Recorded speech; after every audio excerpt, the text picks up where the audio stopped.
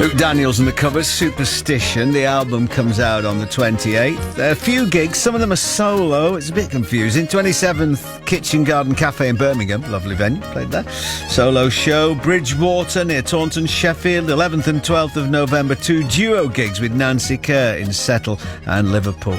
That's it, thanks for listening. Next week, Wednesday at 9, speaking to Angeline Morrison, who's based in Cornwall and is, releasing an album called The Sorrow Songs, folk songs of black British experience. So talking to Angeline Morrison about that next week. Folks, on the BBC Sounds app, of course. Download that to your phone and tablet. Catch up with previous episodes. Stand by for DJ Spoonie. This was a 7 digital production for BBC Radio 2 on the BBC Sounds app on your smart speaker and on 88 to 91 FM. BBC News at 10 o'clock. This is Adam Porter. Liz Truss has insisted she's ready to make the hard choices needed to get the UK's economy through what she's called stormy days.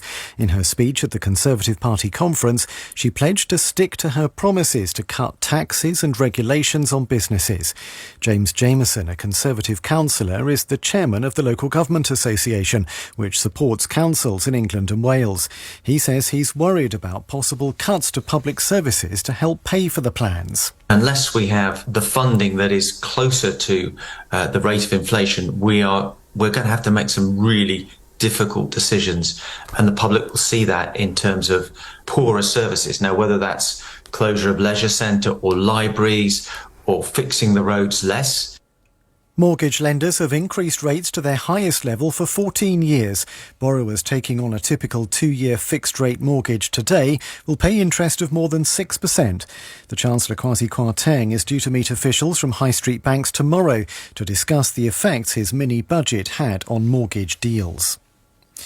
A financial settlement has been reached in the civil case between the Hollywood actor Alec Baldwin and the family of a woman who was shot on the set of his film Rust. Helena Hutchins was killed when a live round was discharged from a prop gun which was being used by Mr. Baldwin.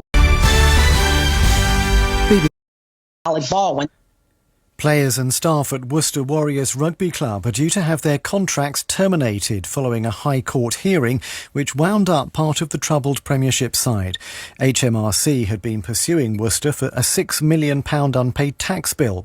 The court ordered that WRFC Players Limited, the company which pays the salaries, be liquidated. One player, Joe Batley, described how he felt after getting the news. I've had a tough phone call with my partner, explaining our worst fears have come true. Seeing the boys' faces today has been super emotional, and the staff have worked tirelessly. Manchester City have beaten FC Copenhagen 5-0 in their latest Champions League group match. Chelsea also won. They beat AC Milan 3-0. Celtic, though, lost 3-1 away to RB Leipzig. Eating food high in omega-3, including oily fish, could preserve brain health in middle age. A new study of almost 2,200 people in their 40s and 50s found those who had higher levels of the fatty acid in their blood had better cognitive skills than those people who had lower levels. And the weather forecast: showers over England and Wales, which will clear overnight. Breezy with heavy rain in Scotland. BBC News, it's 3 minutes past 10. 1, 2, 3, 4, 5, 6, 7, 8. Let's go! DJ Spoonie, Magnificent 7. It's Hump Day in the UK. It's Wednesday night. It's Rhythm Nation. It's me, Spoonie, in the hot seat until midnight. Opening tonight's edition of the Rhythm Nation with 7 magnificent ones incoming. M2 made Daft Punk, Patrice Rushen, Something from Degrees of Motion, Prince and Diana King. The Magnificent 7 on BBC Radio 2.